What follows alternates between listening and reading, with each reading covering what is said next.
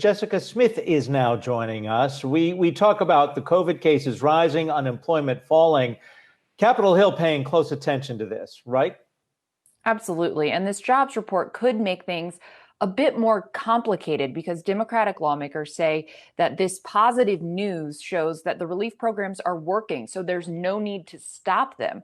Republicans say the jobs report in May and in June showed that it's better to wait and see what is actually needed before moving forward. Secretary Steven Mnuchin said this morning that it's too early to tell exactly how much money will be needed in phase 4, but that it will be much more targeted. Congress has already put about $3 trillion toward fighting the virus, but experts say lawmakers are going to have to do more.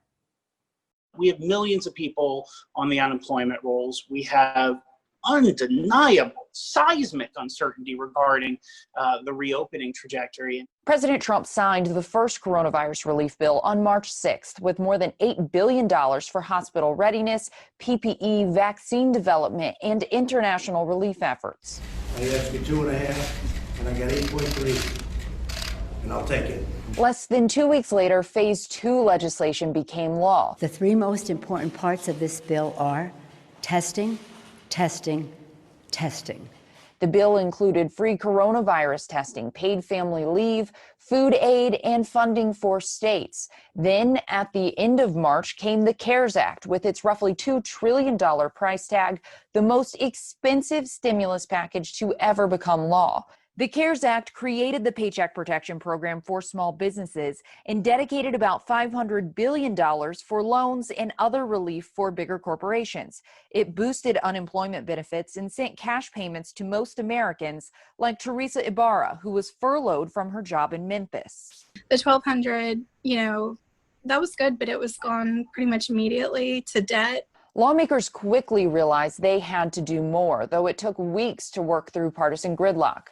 On April 24th, President Trump signed a nearly $500 billion interim bill to replenish the Paycheck Protection Program, fund other small business loans, expand testing, and send more money to hospitals.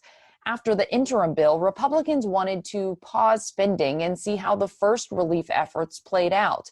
So House Democrats passed their own $3 trillion relief bill. But the HEROES Act didn't stand a chance in the Senate. It's dead on arrival here in terms of a viable idea. Lawmakers have yet to start phase 4 negotiations in earnest, and parts of the CARES Act are coming to an end. This week, Democratic leaders pushed for bipartisan talks in a letter to Majority Leader Mitch McConnell, saying now is the time for action, not continued delays and political posturing. The Small Business Administration stopped accepting PPP applications after June 30th, but this week Congress voted to extend the program until August 8th. Beefed up unemployment benefits expire on July 31st if lawmakers don't intervene. From the start, Republican and Democratic lawmakers have battled over the extra $600 per week, and they still have not agreed on a path forward. Most recipients are being paid more on unemployment insurance than they were when working. This, of course, discourages people from returning to work. The crisis is going to go on a lot longer. If the Trump administration and Senate Republicans start yanking out these key pillars of economic support, like supercharged unemployment benefits. Now laid off or furloughed workers like Ibarra are wondering what they'll do if they still don't have a job at the end of the month. I don't know. I feel like it's not a good time for them to still be arguing Republican and Democrat and stuff when there are people that are becoming homeless.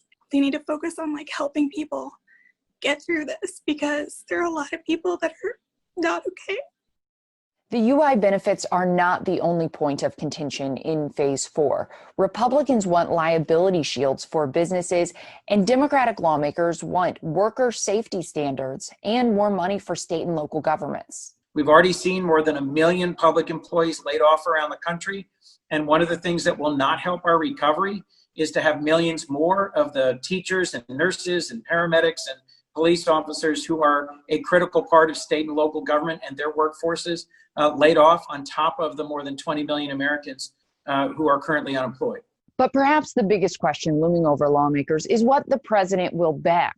We know he wants a payroll tax cut. I just want to add, we'll be going for a payroll tax cut. Payroll tax holiday. I want to see a payroll tax cut.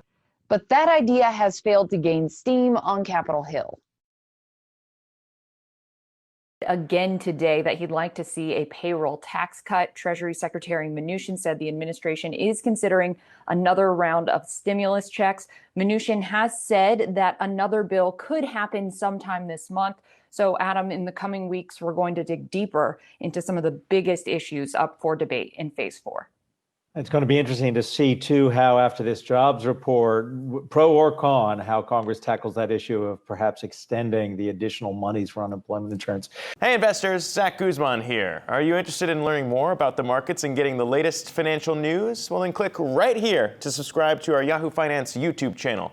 Get the latest up-to-the-minute market analysis, big interviews in the world of finance, and information on how to manage your money every day wherever you are.